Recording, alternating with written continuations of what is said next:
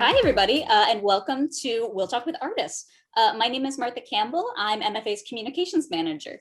Our digital discussion tonight is with Deborah Kommalan. Deborah is a master oil painter whose realistic subjects are often in motion, surrounded by comparisons to extraordinary objects, and shrouded in rich darkness and bright spotlights. Her work truly has to be seen to be believed. I would also like to introduce the host of our show, Wil Scott. Wil is an art historian with an extensive career as a photographer, and he is the recently retired head of adult programs for the National Gallery of Art. Wil is on MFA's board of directors, and he is uniquely qualified to bridge the gap between artists and the public. And now I'd like to thank Martha for her help, as usual, and Deb for agreeing to be the interviewee tonight. Deb is somebody that I met very early on when I started to exhibit at the MFA. And she's a lovely person and a terrific artist. And I think that her renown and accomplishment is proven somewhat by all of the people that are here tonight. A lot of new faces and a very sizable crowd. So let's jump right in. And Martha, if you can give us the first slide, we'll begin. Okay. Deb and I have gotten to know each other a little bit over the years, but I'm not sure that everybody knows how multi-talented she is and how she came to be painting in this hyper-realistic style that she currently practices so well. So Deb, why don't you just very quickly kind of sketch in for us how you got to where you are and why we have this fabric on the screen before your paintings. Yes. I have two photos here. The first one on the left is a kilt in work, and I have been a quilt maker for 46 years, and I've made many hundreds of kilts. So you've seen them marching in parades around town. The reason I bring that, and also the photo on the right, which is a bunch of smocked dresses that I made when my children were young, is because I started with sewing. I've been sewing for well over 65 years, and it's just to show you that I am truly a detail person. That's the reason. So when I started painting, it was impossible for me to do abstract expressionism. And didn't you tell me that you studied at MICA, and that's really what was the big thing among the faculty and students? That's true. I did graduate from MICA, and in the end of the 60s, it was all about abstract expressionism. And so you can understand why I just didn't make a connection with painting. And so then I, graduated and got married and had children and did many other things. And I started painting seriously in 2007 when I went to Anne Arundel Community College at night, and I was there for about 3.5 years before I decided it was time to just get out of the class and get into the studio and start working. Well, that's another, I didn't think so much about the date, but it turns out that Deb and I not only are, I think, of the same generation, but we have some sort of serendipitous contacts or parallels. I got my first good digital camera in 2007, and that's what turned me on that path as a photographer. And I just learned from Ancestry that 63% of my genetic background is Scottish. I always knew it was Scottish, but I didn't know it was that much. So let's dive into these marvelous still life paintings that you create, Deb. And so Martha, the first slide, next slide rather. Okay, oh. This is a still life in motion. And this is, I decided to put up a bunch of photos here to show the work in progress. Well, can you kind of walk us through how you prepare your panels and then build up the composition and the paint surfaces? Yeah, good. It's good to ask about the preparation of the substrate, because it's complex. It has to be absolutely smooth. I do not paint on canvas, because I would be fighting with the canvas texture all the time. So I start with a wood panel, and I put 10 coats of gesso on it, and I sand it down to about 180 grit, and then I start with a drawing. and start painting. And I find that working with still life like this, I work from the background to the foreground. So you can see the works in progress. I have the black background on and the cloth. The cloth is probably the most work on these paintings. And then I build it up object by object to where I have the items most forward are the last to be finished. And I see that the image in the upper left is grisaille and white. So is that your typical working procedure, everything except the white, or does the white have a grisaille layer under it? No, the white, it's really difficult to have really bright whites if you have gray underneath. So I am sure to leave that gesso white underneath, and it's easy to make it dark, but it's really hard to make it white. And it just so happens in this series, they all have black, dark backgrounds and white. I have to have the white cloth because that's where the shadows go, and the shadows place the objects in space. And do you always work from light to dark, or is that just in this particular series? No, I work from background to foreground, whatever the color is. Oh, okay. Yeah. So that's very interesting. And as an art historian, I think one thing, the first thing that drew me to your work was, of course, how brilliant it is in your effects of trompe l'oeil, fool the eye.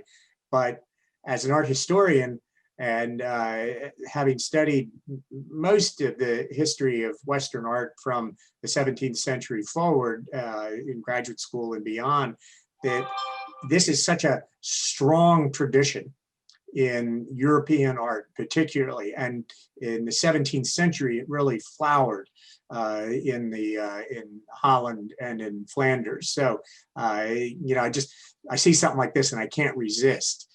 Now, are there any historical figures associated with still life or any aspect of Western painting that encouraged you or that you were interested in and you think about and emulate in any way?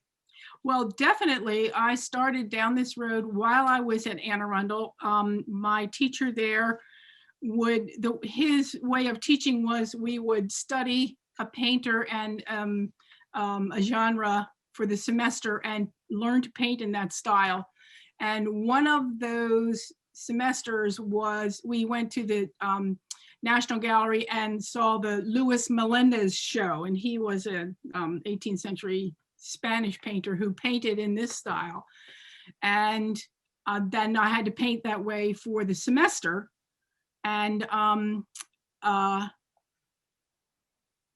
that started me. I studied other artists as well in the following semesters, but I came back to this style. Well, that's really another serendipitous thing about your career, because Melendez is not well represented in American collections. And that show was, of course, at the National Gallery while I was on the staff. And it was just brilliant to see.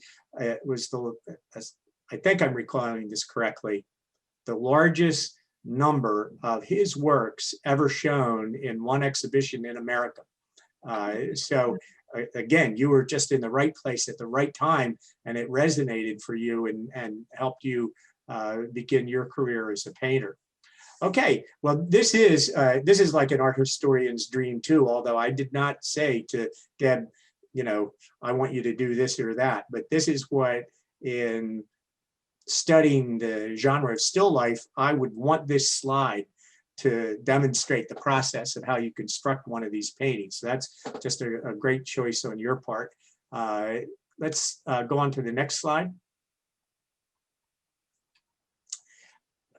I mean, this is dazzling.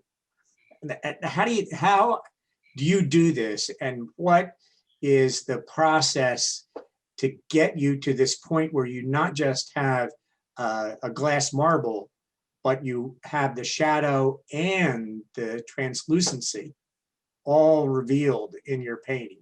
Yeah, so yeah, it's all illusion, it's just flat. And so you have to, the placement of the shadows are what place the objects what make that green streaked marble is really floating in space because it is not touching its shadow at all. Right. And so the other two falling marbles are closer to the fabric, but the green one is closer to the viewer. And so what can you sort of just quickly describe the steps in creating the shadow and the translucent light on the fabric? How did you build that up? Can you sort of describe that? Well, I have to say that it's probably the most difficult part of the painting is the cloth. To make it look like cloth, to maintain the weave of the fabric in the shadows, you know, when you change color there, and also the shadow closer to the object is darker, and farther away from the object is softer and fuzzier and lighter, and you still have to maintain the weave of the cloth, and it's hard. Do you use photographs or set up little arrangements to help you work through these things? Yes, both. I always photograph the work because I never know when it's going to be jostled. These sometimes take me a month or two to make, to paint. And certainly when I have organic items in a painting, I must have photographed it, and I have to paint from the photograph. Mm-hmm.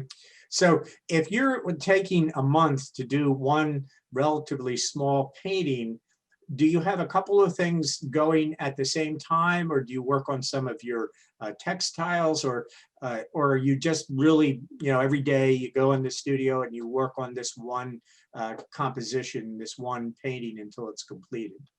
I definitely have many things going at once. Sometimes I've had as many as 12 paintings going at once, and a couple of kilts. Sometimes just one. So it depends on what ideas come to me and what I can get down on a substrate. So if I have an idea set down, then I can work on backgrounds. Sometimes I can do backgrounds on a couple of paintings at once, and then I can get started on the fun part. Now, does it help you by sort of taking a break, if you will, from one painting to the other, so that you don't get sort of overly intensely working on one piece, or does that just happen? Yeah, it just happens. It's more a case of I'm working with this one painting, and I know that I've reached a point where I can't do anything more until it dries. And so I'll put it in a drying rack and pull out a next one, or maybe I'm done for the day. Yeah, well, I think that's interesting because I believe I have some form of ADHD, and I can't imagine creating one of these, not because I don't have the talent, which I don't, but just the intensity. But it's a little easier for me to understand if you're working on multiple things, because that's just seems like it's more fluid. I've never really thought of it. It's just, you know, it's work that needs to be done. Yeah, well, probably shouldn't think of it then. Just do what you do because you're doing it so well. Okay, next slide, Martha. This is one of my favorites. This was a commission, someone who saw my falling objects paintings and said her husband loves sunflowers. Would I paint falling sunflowers? And I did. And this is probably 3 years or 4 years after the last painting. So I can certainly see the difference and how this is better painted than the marbles painting. I loved doing this one. I fell in love with the shadows. I love that nasty snapping pair of scissors. It's just wonderful. Well, we'll get to the snapping pair of scissors in a moment, or what I see when I look at the snapping scissors, but I was fascinated by the little bits of rust that you included on the surface, because I think that's so much more enlivened, something where the cliche would be shiny metal. Right. Yeah. These are real. These are real old scissors. Yeah. And you said that you can see that this is an improvement in your painting. In what respects? Can you call attention to a specific area? Because I thought the marbles was brilliant, and I'm not saying that this is better or not better, but to me, they're equally stunning. So what to you is a change? Well, the cloth is better in this one for sure. I like it much better. And I really like the composition with this one too. Those flowers are really falling. As a matter of fact, I actually did set that up, and you would not believe the tape and the pins and the spikes and the skewers holding all this stuff in space. It's a funny picture to see that one. Well, I definitely think that your shadows, the sort of the density of the shadows, the shapes of the shadows on the fabric, it's almost a tour de force of that, where, yeah, the marbles are a little simpler.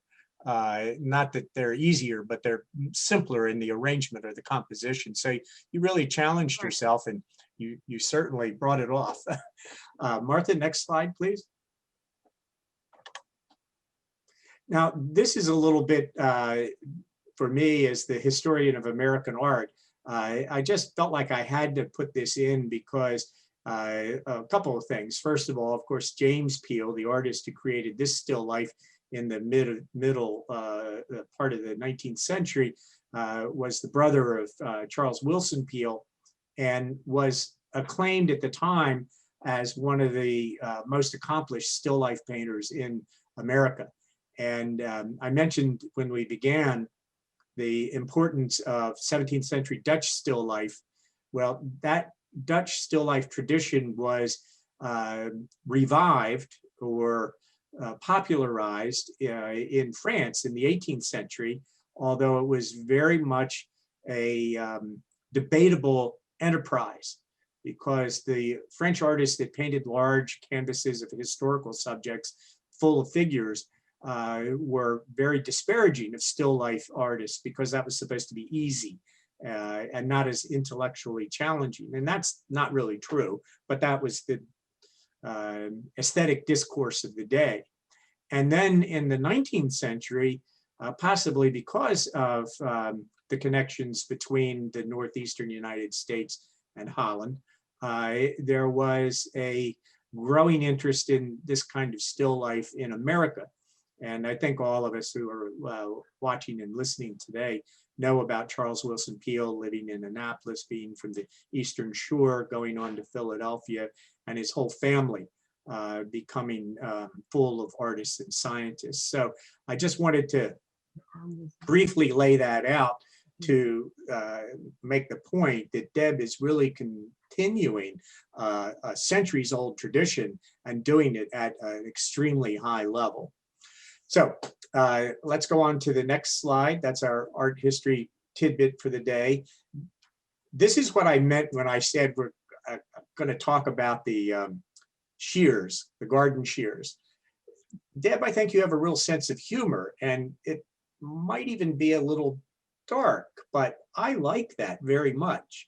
So you want to say something about the Grenade series and this particular painting? Yes, I started the Grenade series. Really, I just wanted to learn how to paint metal. So I just did a grenade, and I went on from there. And then I started doing the paintings with a twist in it, something that was a little bit, that would make you stop and look again at a painting on the wall. And I mean, I have a whole set of grenades, all different ones.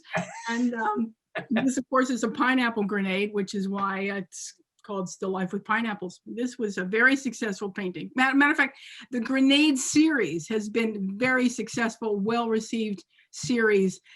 They are all sold. Well, I'm not surprised at that.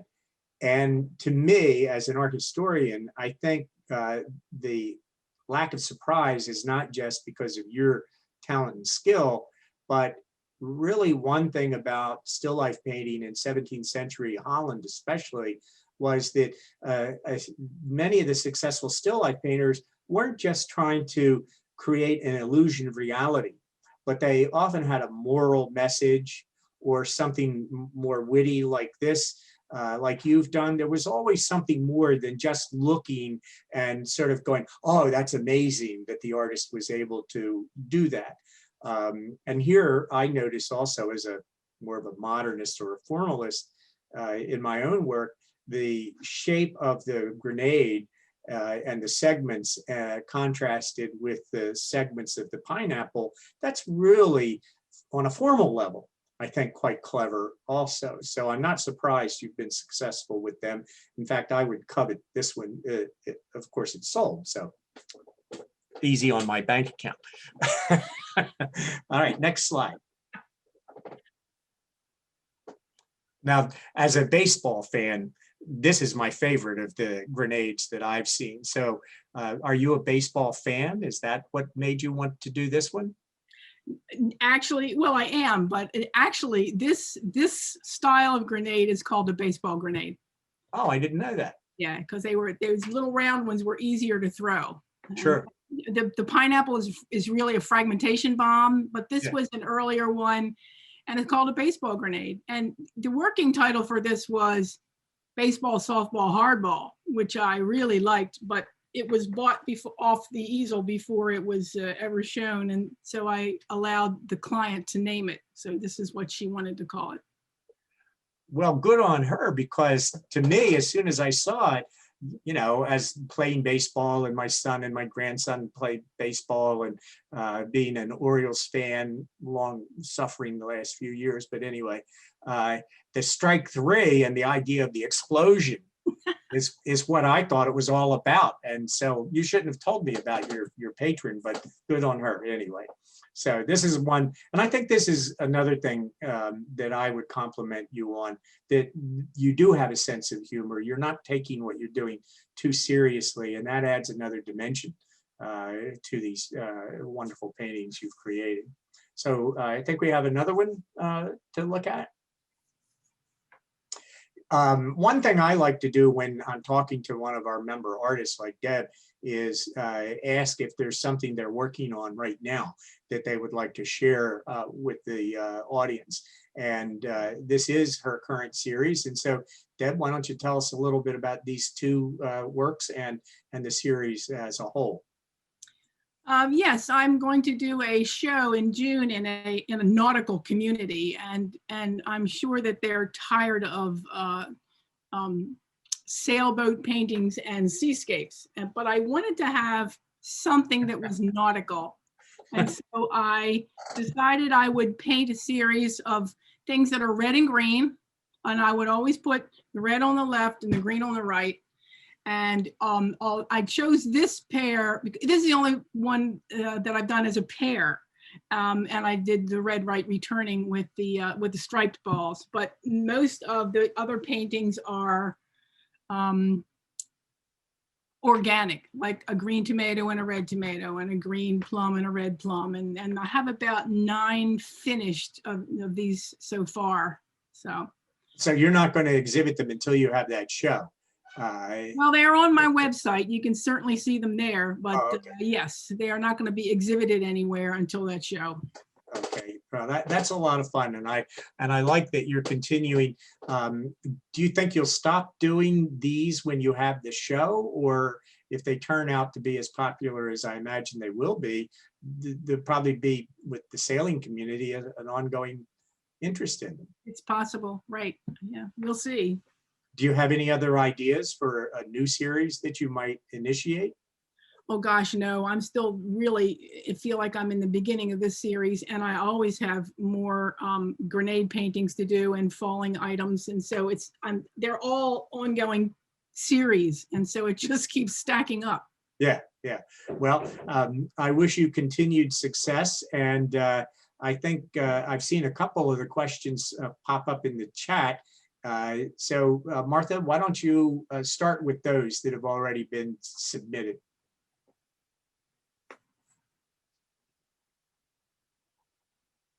Sure, yep. So Susan asks, what substrate do you use for your panels? I use wood panel, and I tend to use like masonite, and it's very smooth to start with, and I sand it a little bit so that the gesso will adhere properly. And then as I said earlier, I put 10 coats of gesso on and sand it to 180 grit. So it's like peach skin. It's very smooth. Great. Okay, we have another question also from Sandra Cohen, and if you want to unmute yourself to talk more about this, Sandra asks about the marble setups. Hi, Deb. And I assume that's like, yeah, go for it. Yeah. So you described your sunflower setup and all the spikes and skewers you use to place everything in its falling position. How do you do it with marbles? Oh, it's hard, and a lot of tape. But when you're setting up like the marble that's distant from the fabric. Well, you can tape them to something else, and I tape them to, I mean, I have a long, tall spike. Consider like in the old days when they had a spike and you would put the, take your paper receipts and stick them on a spike. Well, I have a tall spike, and I just tape them to the spike, and then I might put that whole contraption on Upside down. something else, you know, a jar that sits there. Yeah. So it puts it, and I can move it and turn it and get it in until I like the shadow, because that's what's important. Yeah. I don't usually tell people this because I want them to wonder how I do this. So Right.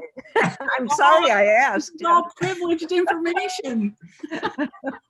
I don't think it's going to make it any easier for other people to imitate. Right. I kind of like to continue the mystery. It's kind of fun. Right. And that makes me think of something. Often still life painters will do metallic materials or even rocks and things such as that.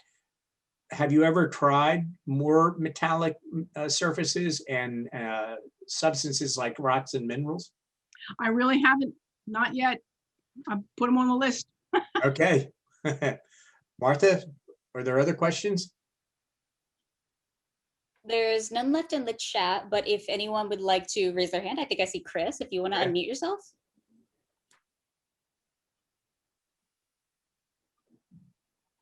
There we go. I actually have two questions at this point.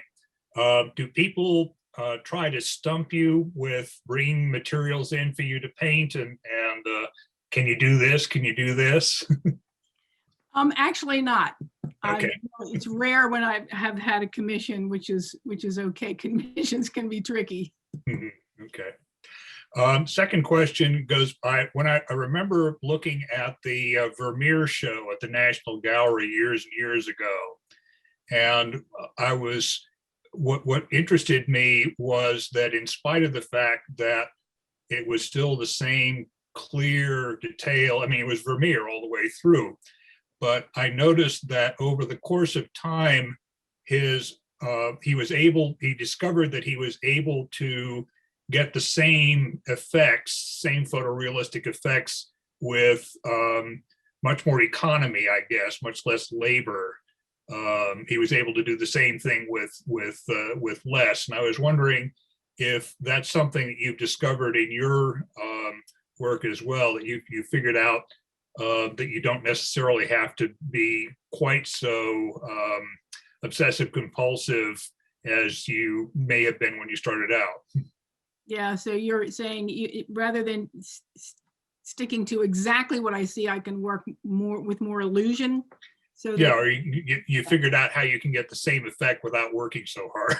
Well, you do learn to do, you become more efficient. I mean, when you practice anything, you become more efficient and you understand what works. And it tied into that is all the anomalies of working with oil paint. I mean, it's, you know, things are, the color you want is transparent and it needs to be opaque. So you're juggling that as well. But as for specific shortcuts, no, they're all just slogging along. And Okay. Martha, before we take the next question, Chris's question resonated with me because, again, I was at the gallery when we had that Vermeer show. I'm waiting for when we get a show that you actually curated.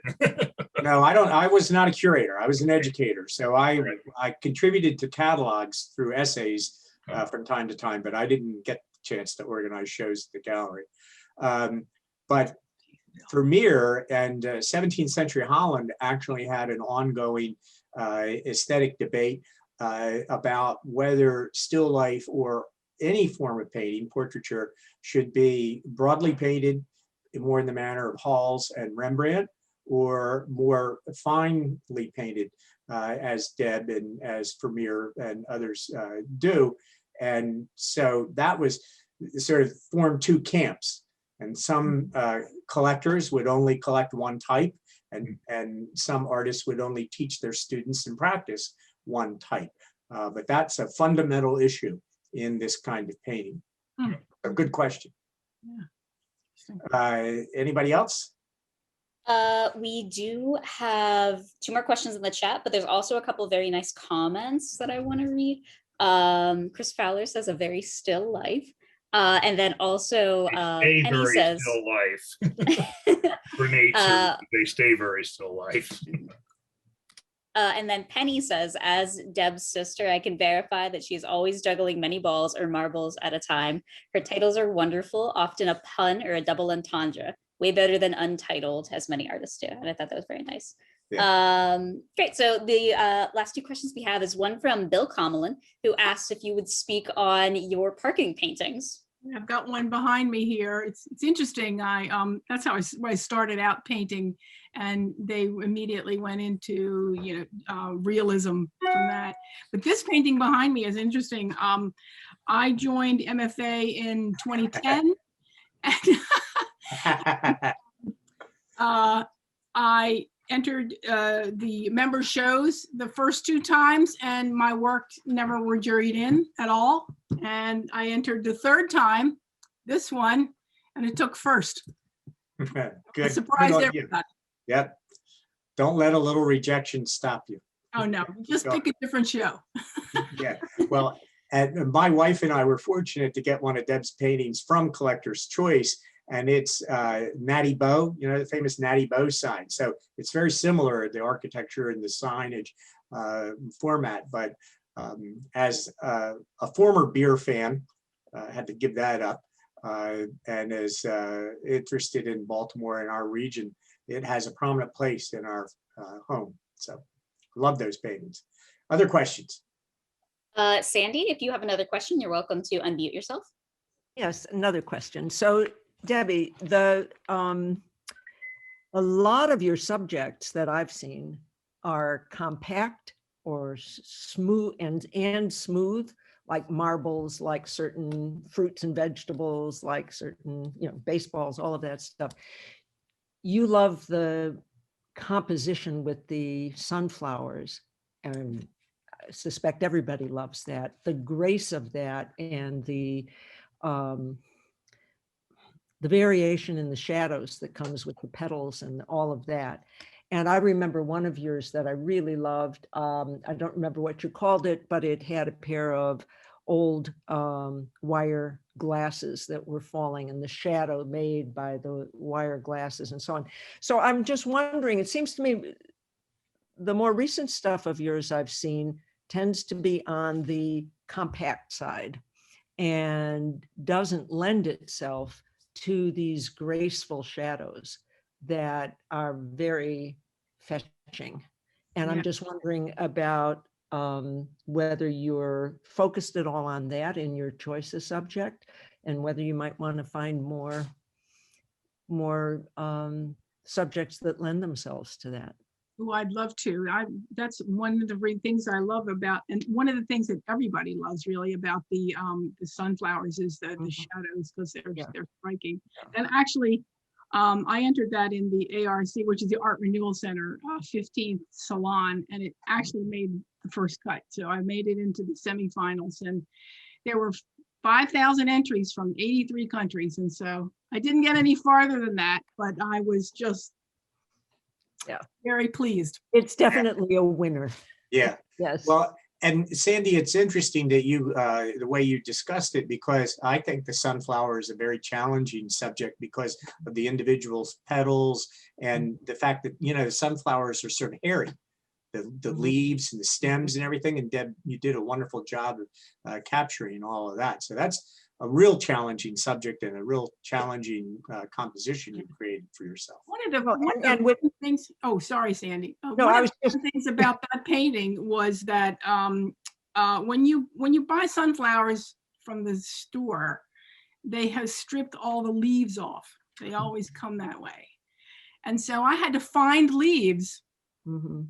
in my garden that looked right. And I just so happened to have a big black-eyed Susan plant that had large leaves, and I pulled them all off and I pinned them on with straight pins onto those Mhm. sunflowers and arranged the leaves as well. Well, and that's part of the glory of that piece is the variation in texture that you're getting, as opposed to Yes. smooth glass, smooth marbles, and all the dynamism you managed to put in that and all the interest you managed to create in your falling marbles. But I'm just wondering if you're, maybe it's just harder. Are these softer, more graceful, more textured subjects harder? No, They're more- when you paint marbles, they have to be absolutely round. You cannot, I mean, I draw them on with a compass because you can't have any skewing of, and also the pool balls, absolutely round. Yeah. And, you know, that's very exacting. Mhm, mhm.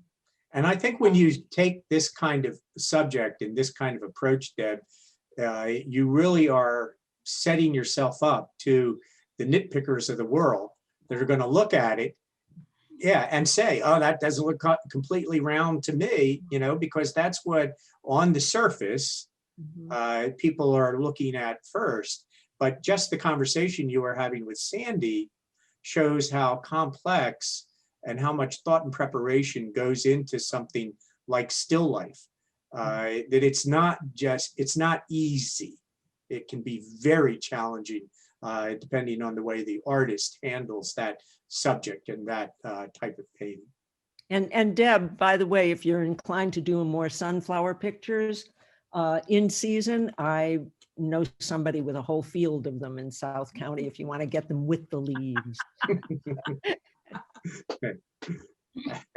Are there any other questions out there? I actually have a question. And it's not, Will thinks that I asked the philosophical questions, but this is a very just like kind of basic question. Well, You talked a little bit questions. earlier. Anyway, you talked a little earlier about the like way you control the lighting and how you get objects to be so perfectly in place and you move things around. Can you talk maybe a little bit about your studio setup or like how you get that kind of control? Because I imagine you can't have like a lot of lighting wherever you're working. Like it has to be very isolated. Yes, well, I have a black box that, you know, cardboard box, and it's one of those 3-corner setups that I spray painted black inside, and then I can set up things. I don't have anything set up in there. Well, I kind of do at the moment. Well, I can't move the computer. Let me see if I can do this. Let's see if I can do this. There we go. Got one in the corner there that I'm beginning to work on. That's a ring toss game over there. And so it's that simple. It's just a little, looks like an old kitchen table with a little setup with your cardboard. Right. It's right. It's that simple. I really tend to paint right where I'm sitting. I tend to paint flat, you know, looking down at it and painting like this. I don't paint on the easel because they're so close. They're so small. Yeah. And I mean, sometimes my eyes are going. So sometimes I'm wearing these things, you know, so I can see what I'm looking at. Oh, you look like a splunker with that on. And sometimes I mean, really, my eyes are getting bad. And so it's, yes, I have to need all the help I can get. Yeah. Okay. Other questions? Well, I don't have a question, but a comment. Hey, Debbie, and hey, Father Charlie. But I am fascinated with the work that you do, Debbie. I've never seen anything like it before. And it's just intriguing, especially the falling items. It's just miraculous to me how you do it so well that it looks just like a photograph. And I just thank you for that. And thank you for letting us know about this and hear a little bit more about how you do it.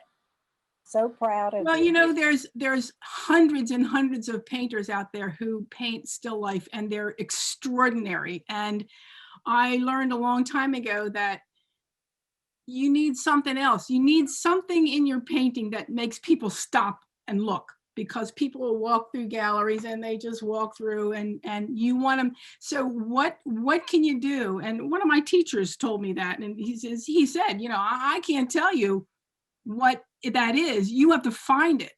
And so that's always been in the back of my mind. And so I try to make something that will make you stop and consider, or make you laugh. I love it when if you look at like the pineapples and think, oh my God, I never would have thought of that. It's funny. And so I'm always trying to dream up something new that's a little bit off the wall.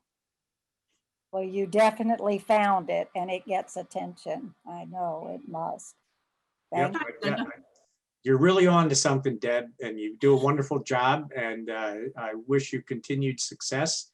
And thanks for being my guest tonight. It was wonderful getting to know more about your work and your accomplishments. So, and Martha, thanks for your usual great technical support and your great questions.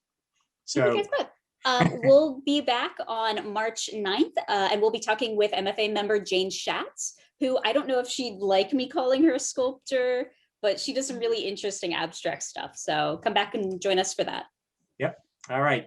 Everybody have a good evening. And thanks for joining us tonight.